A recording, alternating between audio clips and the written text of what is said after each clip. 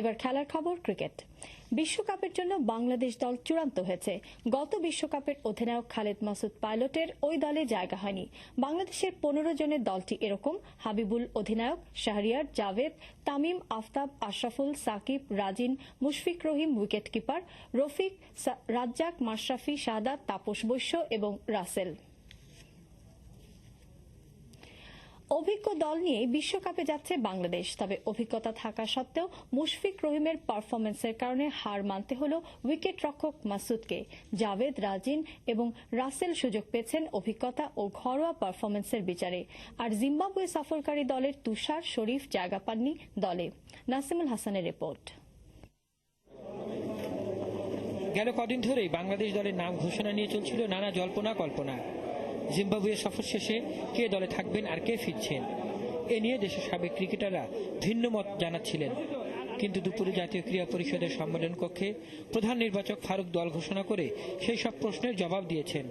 Batting করে জাভেদ বাদ পড়া মেহরাবের কাছাকাছি, তবে জাভেদ উতরে গেছেন অভিজ্ঞতার জোরে।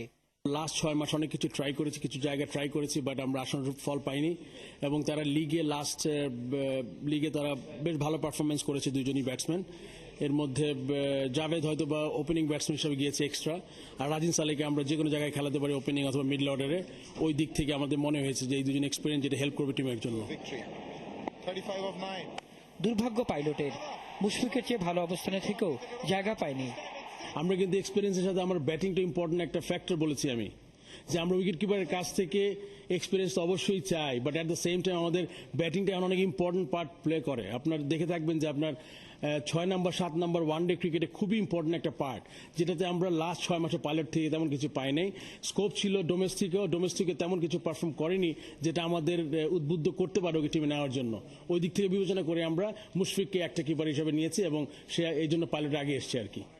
5 ব্যাটসম্যান, 2 স্পেশালিস্ট স্পিনার আর 4 পেসারের দলে জেনুইন কোনো পেসার অলরাউন্ডার নেই। না থাকার কারণ শরীফের হঠাৎ ইনজুরি। তার জায়গায় দলে ঢুকেছেন রাজিন সালে, আর জেনুইন পেসার হিসাবে সৈয়দ রাসেল।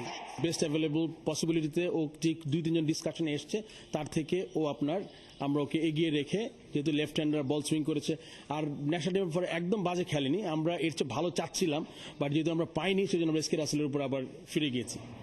দল নিয়ে বিতর্ক থাকবেই। ক্রিকেট প্রেমীদের প্রত্যাশা গত বিশ্বকাপের মতো যেন না হয় বাংলাদেশের performance. Nasimul Hasan, NTV news, Dhaka.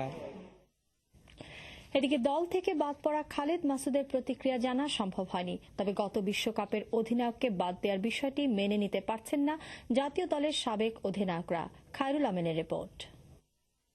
দীর্ঘ এক যুগ দেশকে প্রশ্নহীনভাবে সেবা দেওয়া খালেদ মাসুদকে এভাবে বাদ দেওয়ার ব্যাপারটি মানতে পারছেন না গাজী আশরাফ লিপু, একমত আকরাম খানও।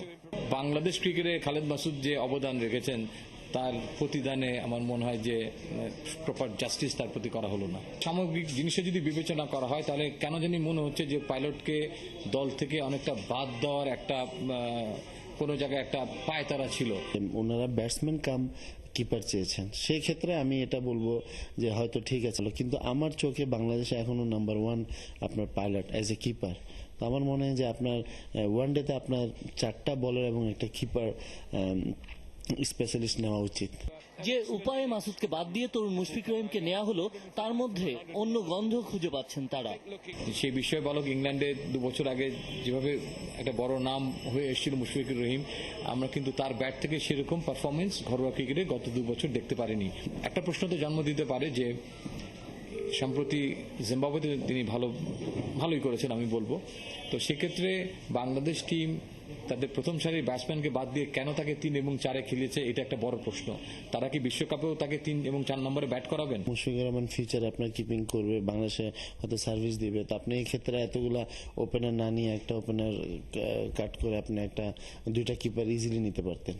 তারা বুঝতে পারছেন না কেনই বা তুষার ইমরানকে বারবার দলে নেওয়া হয়, অথচ যথাযথ সুযোগ না দিয়ে ঠেলে দেওয়া হয় হতাশায়। তুষার ইমরান ইজ ভেরি আনফর্চুনেট, তাকে দলের সঙ্গে না হয় কিন্তু খেলানো হয় না। পরবর্তী পর্যায়ে হয়তো একটা ম্যাচ খেলে বলা হয় যে উনি রান করতে পারেননি, এটা একটা ইনজাস্টিস।